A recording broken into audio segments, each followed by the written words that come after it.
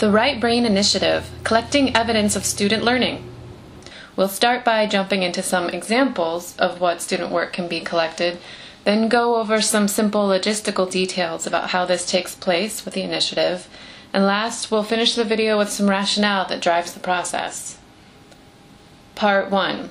What will your evidence look like? Teachers and artists, together with their arts integration facilitator, will discuss what form the evidence might take while in their planning meetings.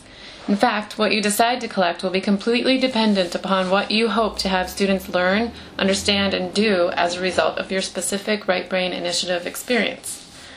The evidence collected will depend on these goals for learning, be they specific academic standards, concepts, or essential understandings, the project or residency experience itself, and lastly, it will depend on your own time and resources. Most importantly, the collection of evidence should fit naturally and sensibly as part of the good work and planning you're already doing. Here are some examples of the type of student work that can be collected. Writing samples are good to consider with many literacy goals and are generally easy to collect and share. Writing assignments can be poems, written explanations, directions, reflections, narratives, biographies, commercial copy, descriptive essays, or reports.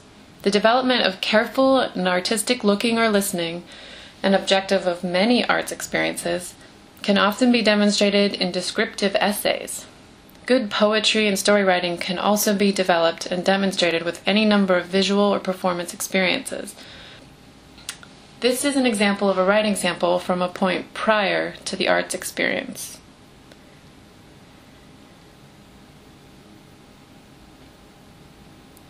This is an example of a writing sample from a point after the arts experience.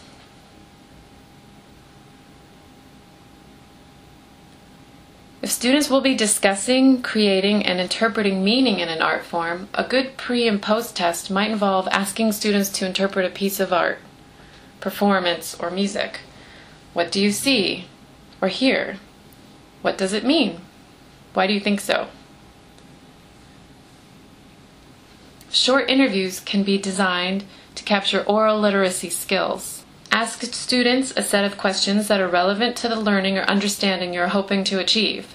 This is an effective kind of evidence if your experience has a goal of improving oral communication. You can ask students to visually illustrate concepts at various points in the experience. This combination of text and image is often a good way of understanding what students know and understand and can demonstrate visually and written literacy skills. A short assignment to create a relevant map or diagram and use associated keywords might show what students have learned. You can design short tests to be used before and after the arts experience. Perhaps it asks specific questions that will help your teaching artist gather information about what students already know. There are some tests that have been designed and used in education to briefly assess concepts like divergent thinking. Pictured here is one such test. You can see that after their experience, this student was able to come up with more creative visual solutions for their given shape. Be sure that your tests directly relate to a skill students will be actively developing.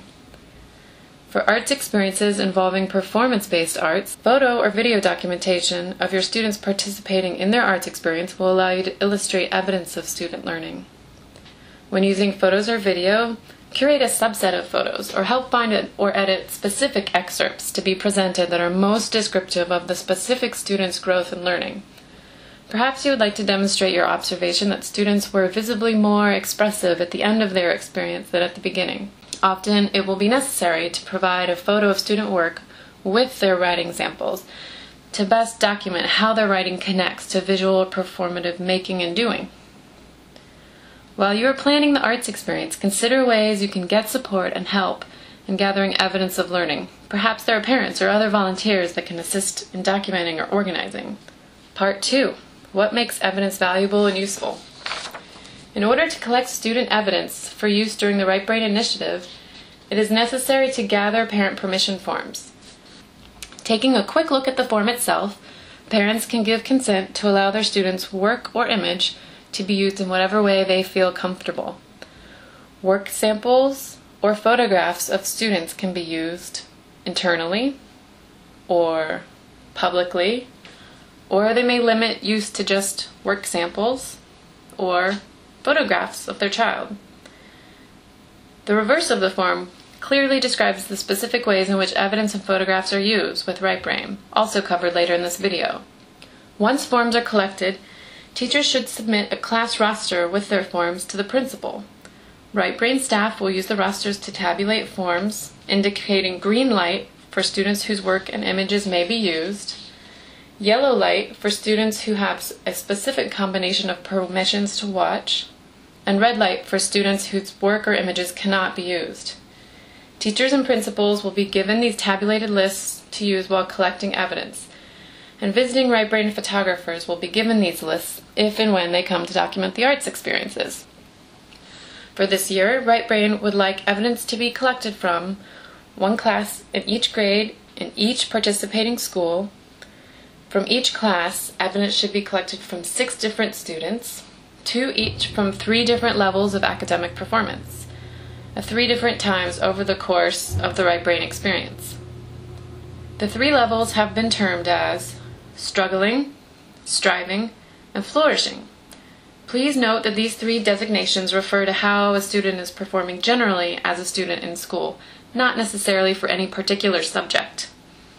And be certain these 6 students all have green or yellow light permissions, allowing work samples to be used internally at the very least. The 3 different points of collection should be first prior to the bulk of the learning portion of the experience. For example, the first day a movement artist visits a classroom, a video clip is made of the students as they learn basic movement techniques to express vocabulary words the residency is focusing on. Then, during the learning portion of the experience, for example, after the movement artist has been with students for a number of sessions, another video clip is made looking at how they are currently using movement techniques. And lastly, after the experience has been completed, to try and capture the spillover. For example, this could be written work using the vocabulary work practiced during the residency, but after the artist is no longer visiting, in an assignment created by the classroom teacher. As mentioned before, evidence should have close relevance to the project and objectives and be able to be compared to itself, 1 for each student and 2 across time. As you find out in the next section how evidence will be used, you'll see that careful labeling and packaging will help the evidence maintain its usefulness over time. All labels, envelopes, and containers can be provided by the Right Brain Initiative. Right Brain may also provide some assistance with photographing, photocopying, and organization with advance notice. Simply notify the contact person at the end of this video to get exactly what you need. Part 3. How will this evidence be used? This collection of work will be used primarily for the reflection of teachers and artists participating in the initiative. Ideally, collected evidence will be organized, labeled, and assembled for the reflection meeting that will happen with artists, teachers, and arts integration facilitators after the arts experience is over. Please contact Right Brain if you need help in attaining this deadline. This form will be used at the meeting to record thoughts from all participating teachers and artists. The 6 students' work samples will be taken from this meeting by the arts integration facilitator and brought to the professional development session in January or May for digging deeper with your arts team.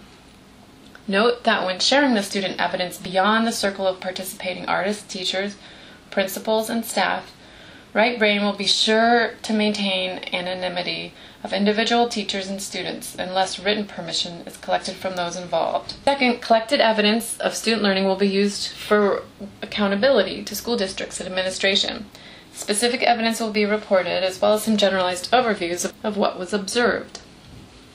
Thirdly, the evidence will be used to help tell the story to the initiative's supporting partners.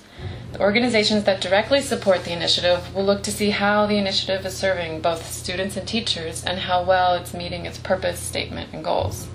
And last, the evidence will be used to consistently improve the initiative itself, with an aim towards best practices, cross-community sharing, and simplification.